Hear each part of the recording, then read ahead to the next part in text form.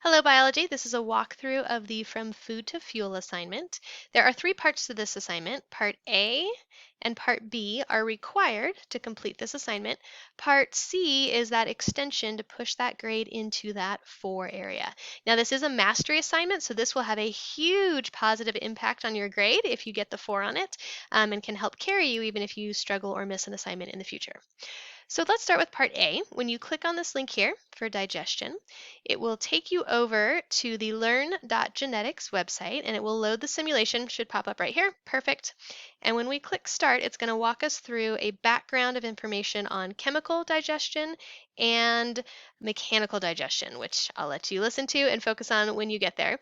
But what we're looking for, other than that general knowledge, is the information for carbohydrates, fats, proteins, and nucleic acids. So those are our 4 macromolecules that are going to set the tone for the rest of this year. So make sure you understand this stuff.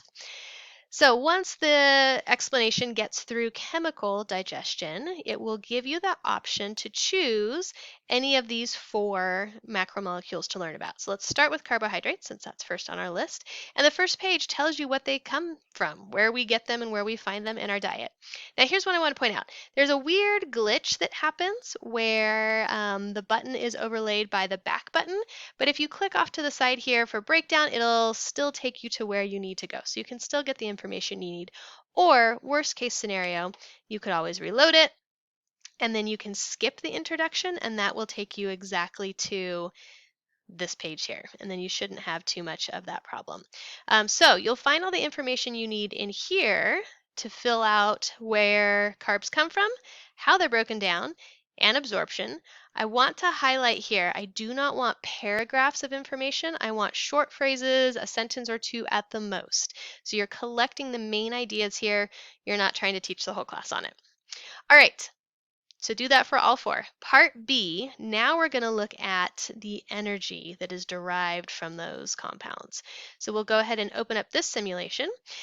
And this one is a little confusing because it just looks like a page here, but hidden in the wrong color, because it blends right in, is the arrows to actually click through this simulation and learn the information you need.